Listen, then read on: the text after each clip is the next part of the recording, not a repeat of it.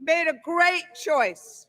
We supported Joe Biden and Kamala Harris as the leaders best prepared to lead our country out of crisis and to a brighter future. They have created the strongest economic recovery in our lifetimes. They've restored integrity to the White House. This is the most pro-labor, pro-worker, pro-family, pro-public education administration in our history.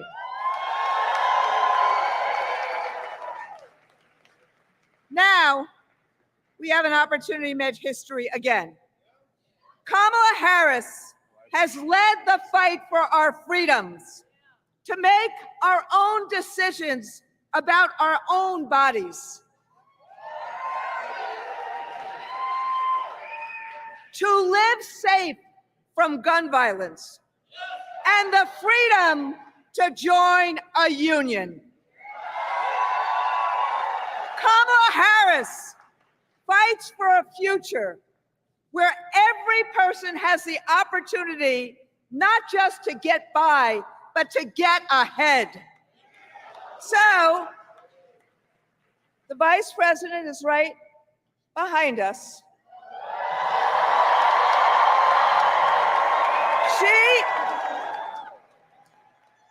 I told her earlier that her entry into the race has electrified this race and has electrified this hall.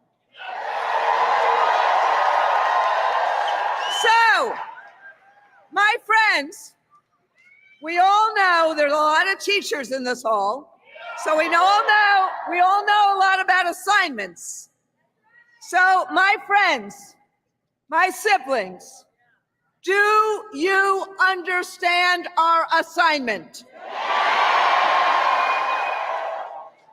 Are we going to go full throttle through November 5th? Are we going to shatter every record for voter turnout? And are we going to elect Kamala Harris as the next president of the United States? So, let me introduce one of our own members, Brittany Shoup, you knew that, who's going to introduce the Vice President.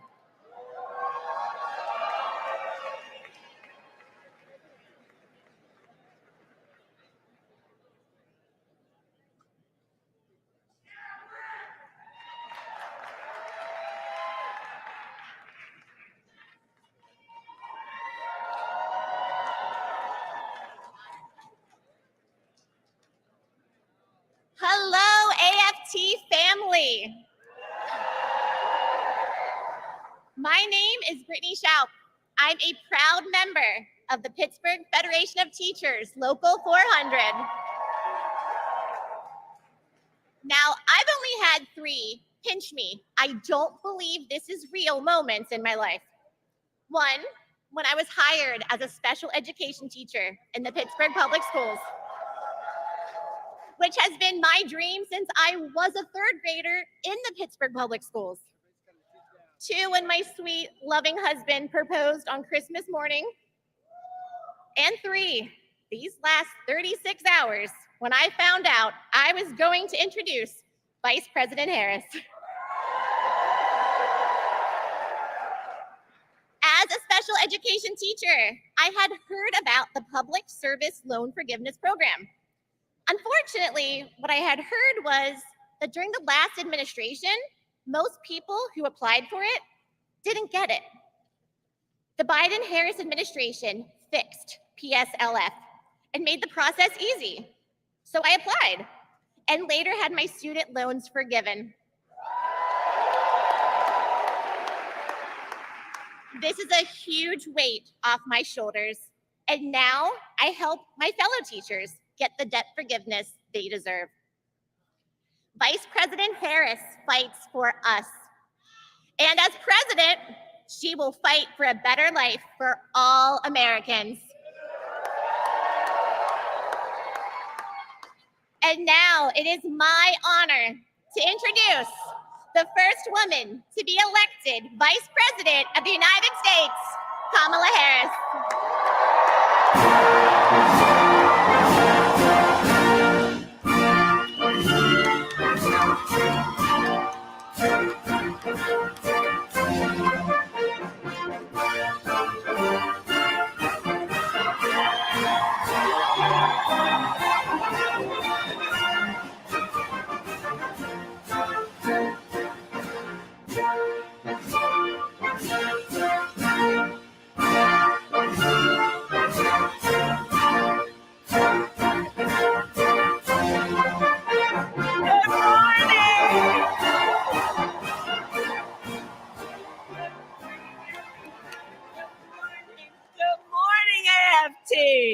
Good morning.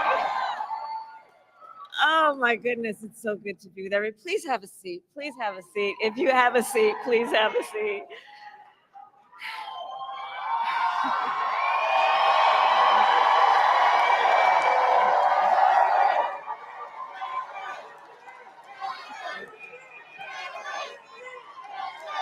It is good to be in the House of Labor.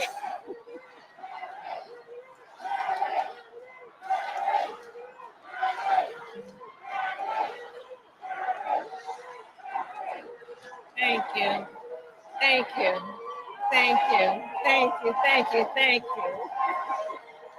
My goodness. Thank you, everybody. Thank you. Thank you. Thank you. Thank you. Oh, thank you all. Thank you so very much. Thank you. Can we hear it for Brittany, please?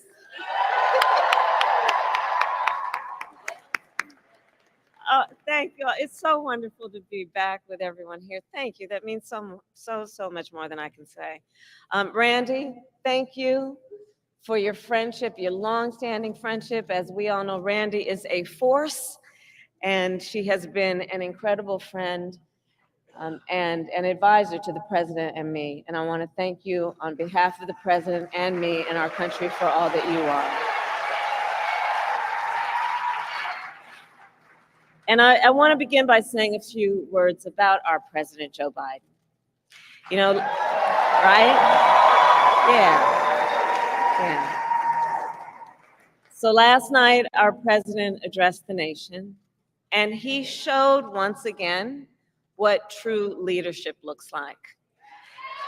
He really did. His words were poignant. You know, I'll speak in a moment about the importance of reminding people of history, teaching America's true history. He thinks and talks about his work and our country, understanding what it means in terms of what we do now and how that will impact the future.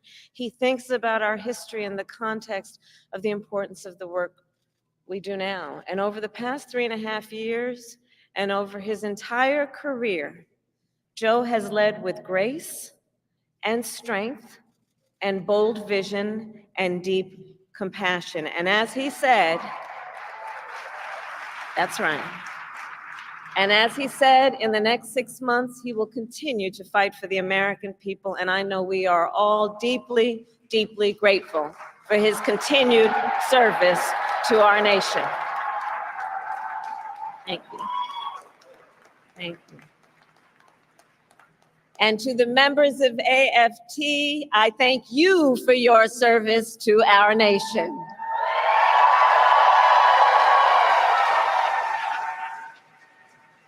From the public service workers and higher education faculty to the school bus drivers and the custodians, to the school nurses and our teachers, you all do God's work educating our children, the whole ecosystem of who are AFT members.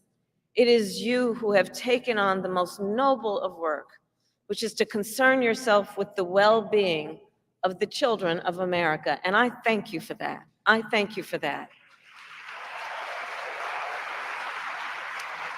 And I thank you also for your support over the years and for being the first union to endorse me this week.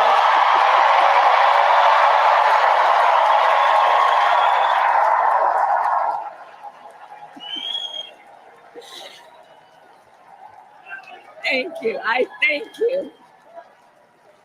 I thank you. And as you may know, I am a proud product of public education. Many of you know that my first grade teacher, Mrs. Frances Wilson, God rest her soul, taught me and educated me and encouraged me and inspired me. And years later, when I walked across the stage to receive my law school diploma, Mrs. Frances Wilson was in the audience. Yeah. Yeah. And that's who you are. I know who you are. I know who you are. This work is personal, and it is professional, and it is so critically important. And so it is because of Mrs. Wilson and so many teachers like her that I stand before you as Vice President of the United States of America. And that I am running to become President of the United States of America.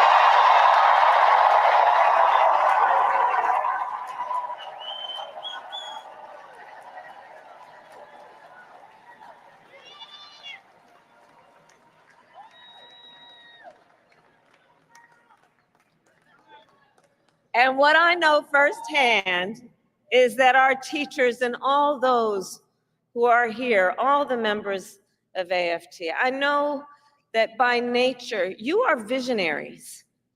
You are focused on the future. The work you do is about a focus on the future. You see the potential in every child. You foster it, you encourage it, and in so doing, you shape the future of our nation, which is why I say we need you so desperately right now. Today, we face a choice between two very different visions for our nation. One focused on the future, and the other focused on the past. And we are fighting for the future.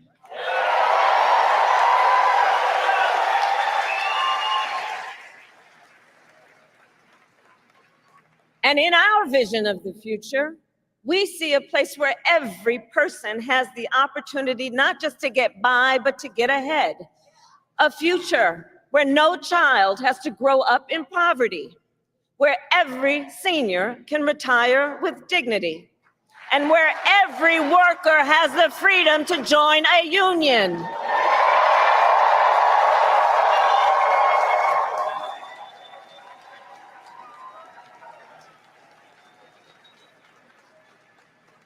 We see a future with affordable health care, affordable child care, and paid leave, not for some, but for all.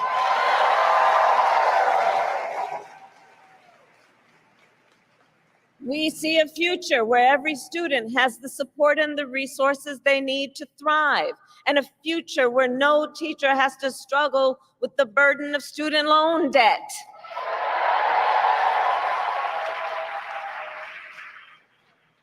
So as an example, our administration has forgiven student loan debt for nearly 5 million Americans,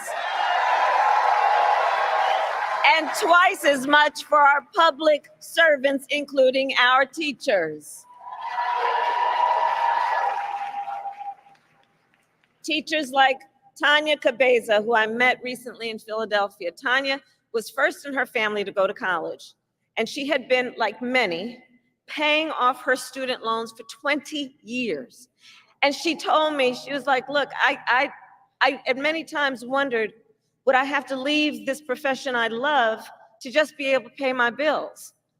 But I didn't leave because I love what I do and I understand the importance. But making decisions then about what she could afford in terms of her daily obligations and dealing with these loans.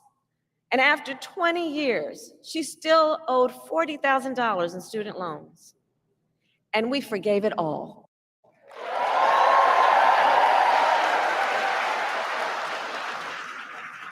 When she learned, she told me, she said, when she learned that her loans had been forgiven, she said, well, me and my children knew our lives had changed and we were just dancing. dancing. So there we go. But we are clear-eyed as we work to build a brighter future and to move our nation forward. There are those who are really trying to take us backward. And you, I'm sure, have seen their agenda, Project 2025. Randy, can you believe they put that thing in writing? 900 pages in writing. So Project 2025 is a plan to return America to a dark past. Donald Trump and his extreme allies want to take our nation back to failed trickle-down economic policies, back to union busting, back to tax breaks for billionaires. Donald Trump and his allies want to cut Medicare and Social Security, to stop student loan forgiveness for teachers and other public servants. And I say to AFT, they even want to eliminate the Department of Education and end Head Start, which of course would take away preschool from hundreds of thousands of our children. He intends to give tax breaks to billionaires and big corporations and make working families foot the bill. And he intends to end the Affordable Care Act. Now think about that, to take us back to a time when insurance companies had the power to deny people with pre-existing conditions. Remember what that was like? Children with asthma, women who survived breast cancer, grandparents with diabetes. You know, America has tried these failed economic policies before, but we are not going back. We are not going back.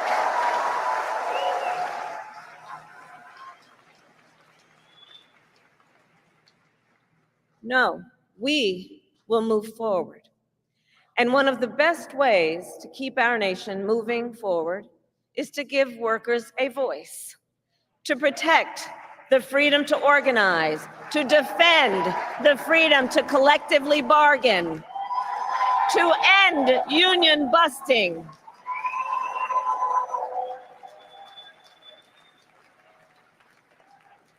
As head of the White House Labor Task Force, I have led our work to eliminate barriers to organizing in both public and private sectors, including for teachers. But there is more that we must do. President Joe Biden and I promised to sign the PRO Act into law, and I promise you I will keep that promise.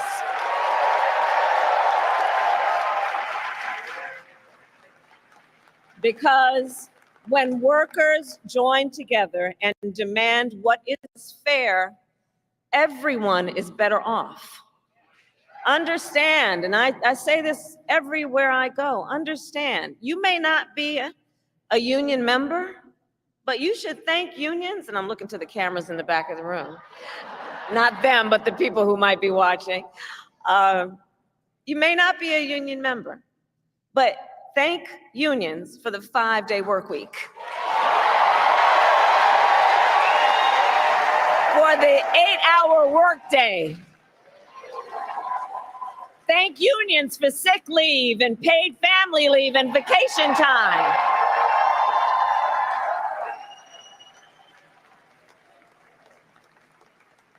Because the fact is, unions helped build America's middle class. And when unions are strong, America is strong.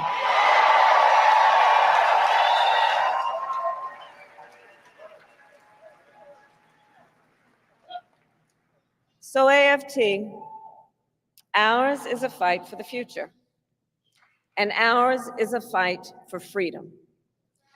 In this moment across our nation, we witness a full-on attack on hard-won, hard-fought freedoms. While you teach students about democracy and representative government, extremists attack the sacred freedom to vote. while you try to create safe and welcoming places where our children can learn, extremists attack our freedom to live safe from gun violence. They have the nerve to tell teachers to strap on a gun in the classroom, while they refuse to pass common sense gun safety laws.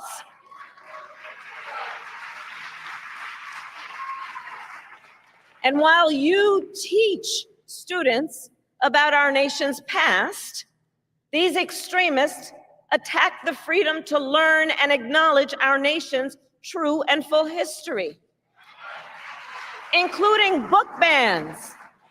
Book bans in this year of our Lord 2024. And on these last two issues, just think about it. So we want to ban assault weapons, and they want to ban books. Can you imagine? All the while, these extremists also attack the freedom to love who you love openly and with pride.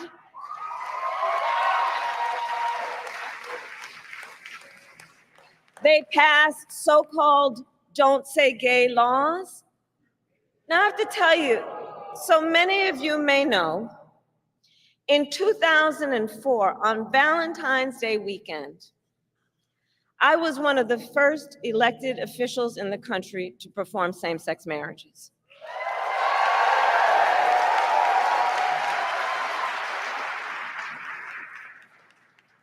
So here's the thing. It pains me so to think 20 years later that there are some young teachers in their 20s who are afraid to put up a photograph of themselves and their partner for fear they could lose their job. And what is their job? The most noble of work, teaching other people's children.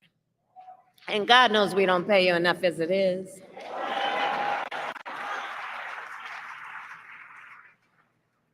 In this moment, we are in a fight for our most fundamental freedoms. And to this room of leaders, I say, bring it on. Bring it on. Bring it on.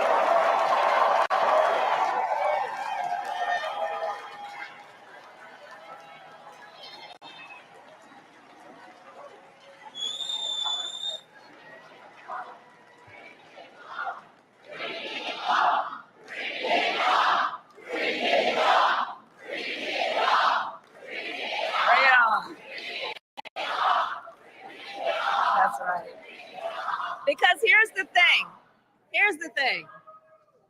the thing. We believe in our country. We believe in its promise of freedom.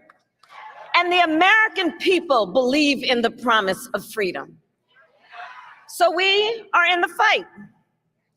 We who believe in the freedom to vote will pass the John Lewis Voting Rights Advancement Act and the Freedom to Vote Act. We who believe in the freedom to live safe from gun violence will pass an assault weapons ban. We who believe that every American should be free from bigotry and hate will fight to protect our teachers and our students from discrimination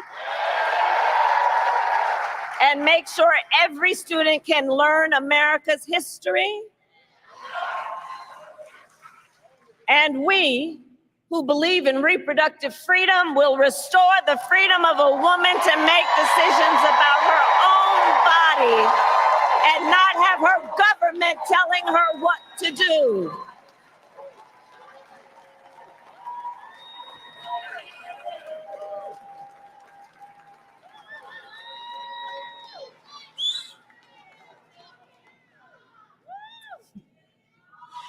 So AFT, that's right, bring it on. So So ultimately, in this moment, I know we all know, we each in our country face a question. That question being, what kind of country do we want to live in?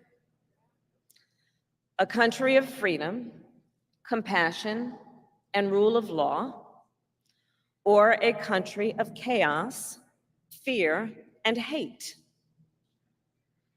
The beauty of our democracy is that we each have the power to answer that question when we vote. And when we vote, we make our voices heard. So today I ask you, AFT, are you ready to make your voices heard? Do we believe in freedom? Do we believe in opportunity? Do we